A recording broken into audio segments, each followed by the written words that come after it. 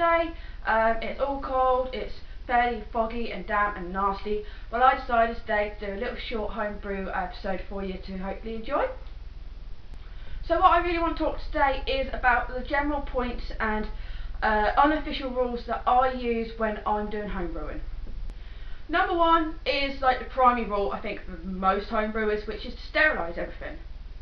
Sterilising is really, really important because when it comes to the brewing process, you're adding yeast, which is a natural organism.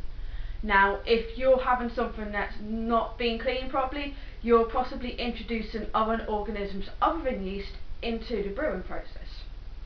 So into your 40 pint batch of dark ale, you might be introducing something that will multiply and not only make a very foul tasting brew, it could possibly cause a few health problems. So yeah, sterilise stuff. The second really important point for me to consider when I'm doing homebrewing is to clean as you go. We tend to do a fair bit of our brewing in the bathroom, so we have to make sure it's absolutely clean.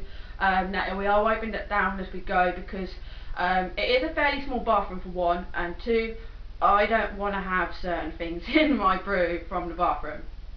Another one for me is if you're using a kit to start off with, let's say it's a beer kit, you are following the instructions to the letter. Now I think the only real margin for like alteration is the fermentation time, because ultimately the kits that you're using won't really account for how warm or cold your house is when you're actually brewing things.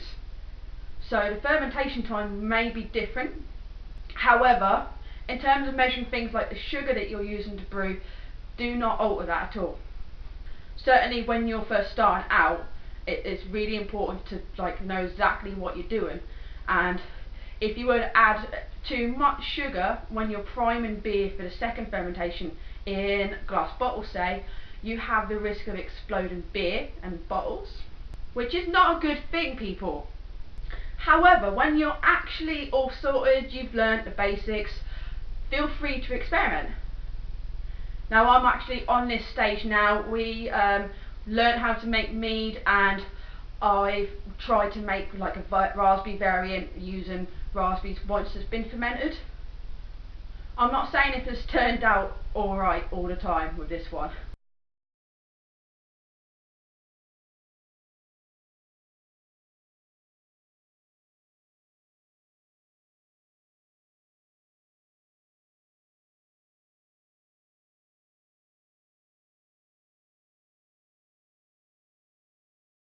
Don't worry if the batch that you end up making turns out utter crap.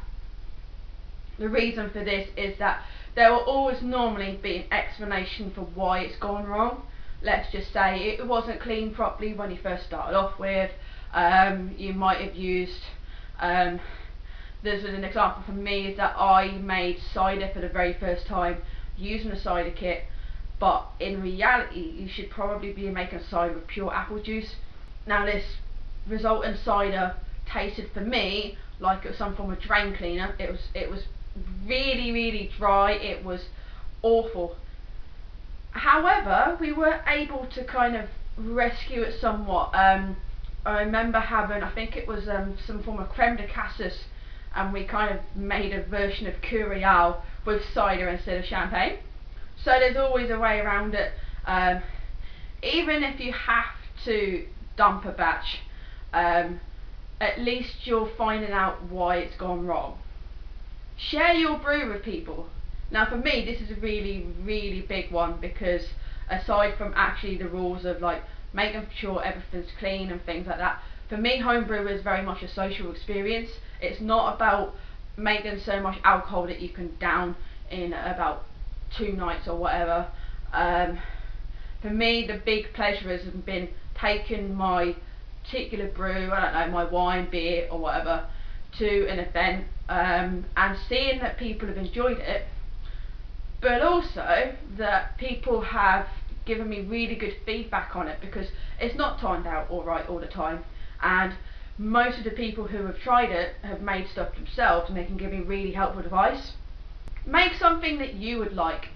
In the end, with the previous cider incident, I don't like dry cider, however some people might, but ultimately If you're going to make something that you really don't like, then what's the point in making it?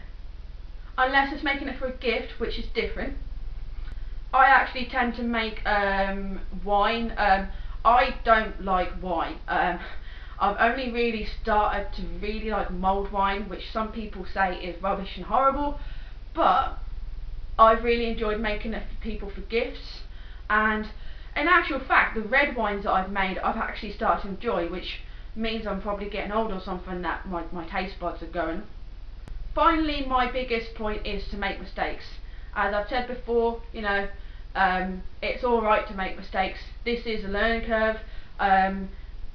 I've made plenty of mistakes whilst I've been doing homebrewing, and yet I find that I'm a better homebrewer for it. I don't expect anyone to go into the hobby and know straight away exactly what to do, what equipment to get, things like that. So my question of the episode is, for any who actually do homebrew that are watching this, what other points would you consider as really, really, really big rules to follow? What mistakes have you made when you've done homebrewing, and how have you got around it? As always, leave your comments in the box below. For any homebrewers who do have channels on here, feel free to try and get me to go on your channels, because I'd actually love to be in a greater homebrewing community. And hopefully by the end of next week I'll have some decent homebrew episodes for you.